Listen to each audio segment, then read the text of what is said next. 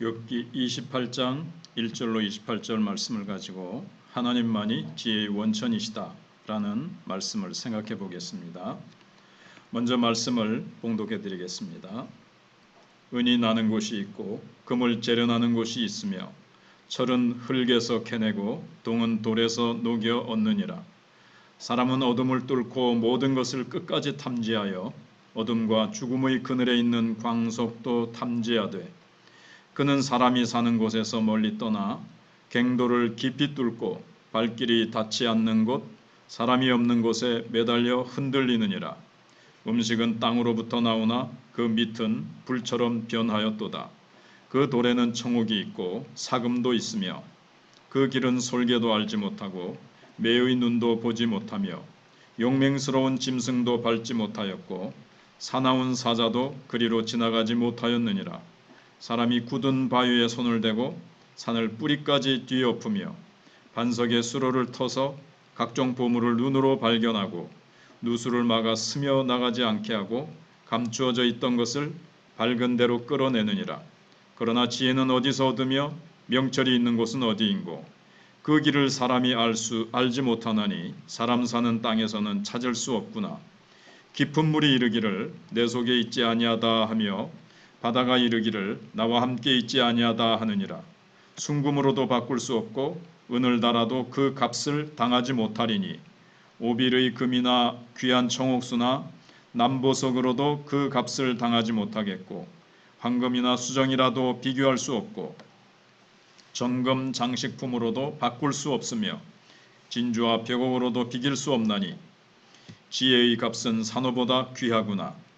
구스의 황옥으로도 비교할 수 없고 순금으로도 그 값을 헤아리지 못하리라.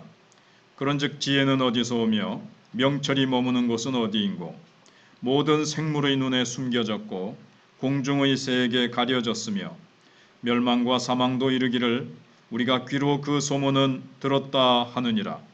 하나님이 그 길을 아시며 있는 곳을 아시나니 이는 그가 땅끝까지 감찰하시며 온 천하를 살피시며 바람의 무게를 정하시며 물의 분량을 정하시며 비 내리는 법칙을 정하시고 비구름의 길과 우레의 법칙을 만드셨음이라. 그때에 그가 보시고 선포하시며 굳게 세우시며 탐구하셨고 또 사람에게 말씀하셨도다. 보라, 주를 경외함이 지혜요 악을 떠남이 명철이니라. 먼저 오늘 말씀의 주제는 지혜는 인간이 소유할 수 있는 것이 아니라 하나님을 경외함으로 받는 선물이다 라는 것입니다. 사람은 끊임없이 무언가를 소유하려고 합니다. 그런데 이 소유욕은 독점욕으로까지 확대된다는 데 문제가 있습니다. 지식이나 정보도 마찬가지입니다.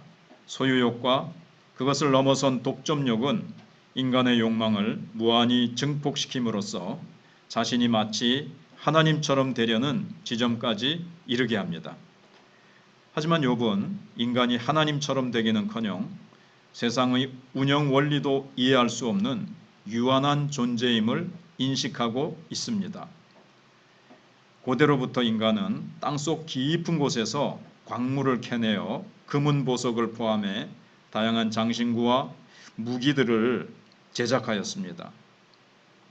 지금처럼 현대적인 장비도 없이 지하 갱도를 뚫고 광석을 채굴하는 것도 신기하지만 어떻게 원하는 광물이 땅속 어디에 묻혀 있는지를 탐지해내고 광석 속에 금속 물질이 함유되어 있는지 알아내며 흙하고 사실 막 섞여 있잖아요. 그걸 녹여서 재련하는지 참 아무리 생각해봐도 옛날 사람들 신기합니다. 1절로 4절에 나와 있죠. 제 아무리 눈이 밝은 들짐승이나 날짐승이라도 보지 못하는 이런 신비한 감각과 능력이 인간에게는 있다는 사실이 인간의 위대성을 보여줍니다. 첨단 테크놀로지 시대에 사는 현대인일지라도 수천 년 전에 세워진 건축물들을 보면서 옛사람들의 능력과 지혜에 감탄하지 않을 수가 없습니다. 그러니까 첫 번째 생각해 본 것은 인간의 위대함이었고요. 그러나 두 번째 또 생각해 볼 내용은 그럼에도 불구하고 인간은 유한하다라는 것입니다. 이런 인간의 지혜는 어디에서 온 것일까요? 내부에 잠재된 능력일까요? 욥은 이런 생각을 부정합니다.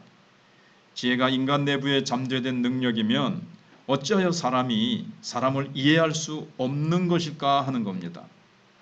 고통의 원인을 알 수도 없고 선한 사람이 고통을 당하는 반면 악인은 승승장구하는 이유를 설명할 수도 없습니다.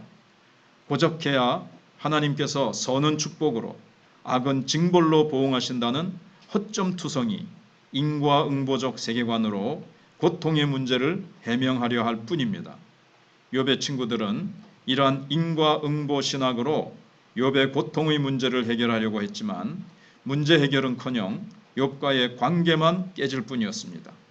스스로 똑똑하다고 믿는 사람들이 가까운 사람들의 아픔조차 헤아릴 수 없는 현실을 보면 더욱 인간의 유한성이 드러날 뿐입니다. 욥은 사람 사는 땅에서는 찾을 수 없다고 고백하고 있습니다. 깊은 바닷속이나 이 땅에 사는 어떤 생물도 지혜를 소유하고 있지 않습니다. 인간 스스로는 지혜를 찾을 수도 소유할 수도 없는 것입니다. 그러면 결국 세 번째, 지혜는 하나님의 선물이라는 겁니다. 욥은 지혜는 오직 하나님께서 소유하고 계신다고 선언합니다. 사람의 눈으로는 감지할 수 없는 지혜를 하나님이 보신다는 것은 그분이 지혜를 소유하고 계심을 인정하는 것입니다. 선악과를 보자마자 탐욕이 생겨서 따먹었던 최초의 인간의 예를 통해 우리는 보는 것이 곧 소유임을 알 수 있습니다. 지혜의 원천이 하나님이심을 믿는 사람은 상대방을 자기 멋대로 판단하고 상처를 주지 않습니다.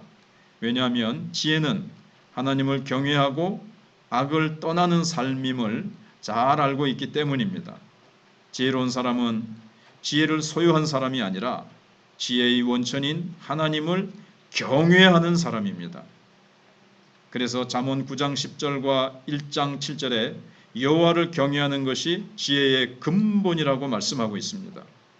따라서 지혜로운 자는 지혜가 하나님의 선물임을 깨닫고 그분을 경외하며 자신을 돌아봄으로써 자신의 유한성을 절감하는 겸손한 사람입니다.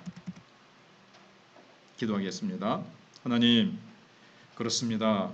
인간이 오늘날 스스로 교만해져서 엄청난 테크놀로지 시대를 이루고 과학 첨단 문명이 하늘을 찌를 듯이 인간은 기고만장하지만 그러나 인간은 얼마나 유한한지 인간 스스로의 고통의 문제와 고독의 문제와 절망의 문제와 인간이 안고 있는 한계의 벽에 부딪혀서 몸부림치고 있는 인간의 모습들을 또한 동시에 봅니다.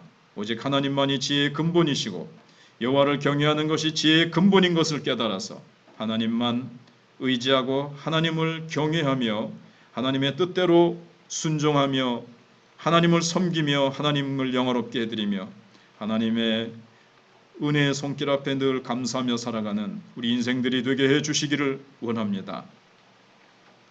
돌아오는 토요일 주일 있을 여름송이학교를 기억하시고 그 다음 주간에 있을 금토 주일 2박 3일에 또 학생 연합 수련회를 하나님께서 복을 주셔서 영적으로 은혜를 부어주시고 우리 학생들이 다시 영적으로 일어나게 하시고 하나님께서 우리 마천교회와 우리 참여하는 여러 교회들마다 하나님께서 놀라운 은혜와 복을 부어주셔서 이 시대를 감당하며 다음 시대를 감당할 수 있는 놀라운 은혜의 사람들이 하나님의 사람들이 키워지고 세워지는 놀라운 역사가 있도록 하나님 복을 주시옵소서.